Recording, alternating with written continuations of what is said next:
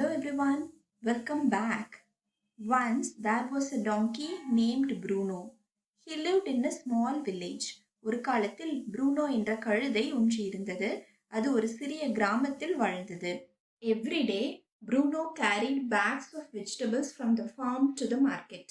தினமும் ப்ரூனோ பண்ணையிலிருந்து காய்கறி முட்டைகளை சந்தைக்கு சுமந்து சென்றது. The bags were very heavy. அந்த மூட்டைகள் மிகவும் கனமாக இருந்தன. Bruno worked hard every day. Bruno தினமும் கடினமாக உழைத்தது. He never complained. அது ஒருபோதும் புகார் செய்ததில்லை. One day Bruno heard a cute voice. ஒரு நாள் ப்ரூனோ ஒரு இனிமையான குரலை கேட்டது. Fresh fruits, come and buy. புதிய பழங்கள் வந்து வாங்குங்கள். Bruno looked around. ப்ரூனோ சுற்றிலும் பார்த்தது. He saw a beautiful green parrot. அவன் ஒரு அழகான பச்சை நிற கிளியை பார்த்தான். The parrot's name was Pico. அந்த கிளியின் பெயர் pico. Many people came to see him. அதை பார்க்க பலர் வந்தனர். They smiled, laughed and clapped. அவர்கள் புன்னகைத்தார்கள், சிரித்தார்கள், கை தட்டினார்கள். Bruno felt sad. ப்ரூனோவுக்கு வருத்தமாக இருந்தது. He thought, I work hard every day, but nobody claps for me. Everyone likes the parrot. அவன் நினைத்தான், நான் தினமும் கடினமாக உழைக்கிறேன், ஆனால் யாரும் என்னை பாராட்டுவதில்லை. எல்லோருக்கும் கிளியை தான் பிடிக்கும். Bruno wanted to talk like Pico. Bruno பிக்கோவை போல பேச விரும்பினான். Pico said, hello, thank you, welcome. Pico சொன்னது வணக்கம், நன்றி, வரவேற்கிறோம். Bruno practiced those words every day.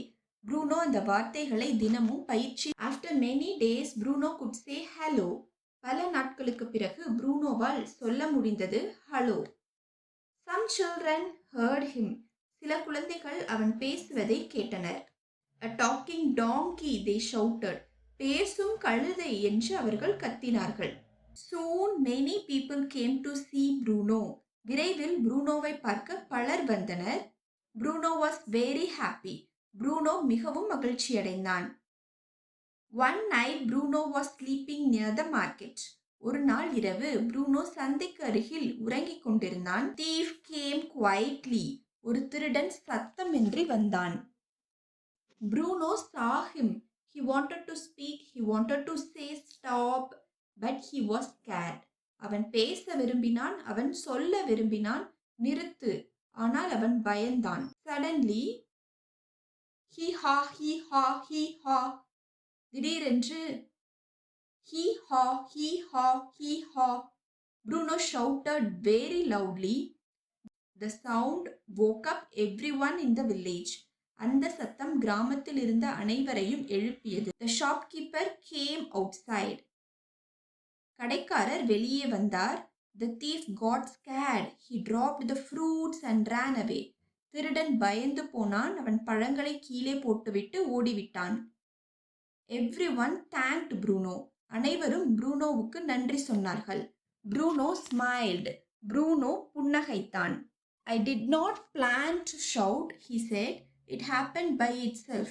நான் கத்த வேண்டும் என்று நினைக்கவில்லை என்றான் அவன். அது தானாகவே நடந்தது. The parrot smiled too. கிளியும் புன்னகைத்தது. He said, I can talk like people, but only you can make such a loud sound. அது சொன்னது, என்னால் மனிதர்களைப் போல பேச முடியும், ஆனால் உன்னால் மட்டுமே இவ்வளவு சத்தமாக ஒலி எழுப்ப முடியும். Bruno understood the lesson.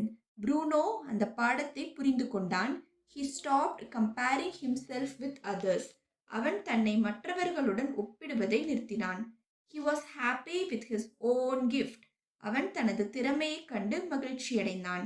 Everyone has a special gift. Be happy with your own strength. ஒவ்வொருவருக்கும் ஒரு சிறப்பான திறமை உண்டு. உங்கள் சொந்த பலங்களை கொண்டு உங்கள் சொந்த பலங்களை கண்டு மகிழ்ச்சி அடையுங்கள். Thank you so much for watching. Please subscribe and hit the bell icon. Thank you.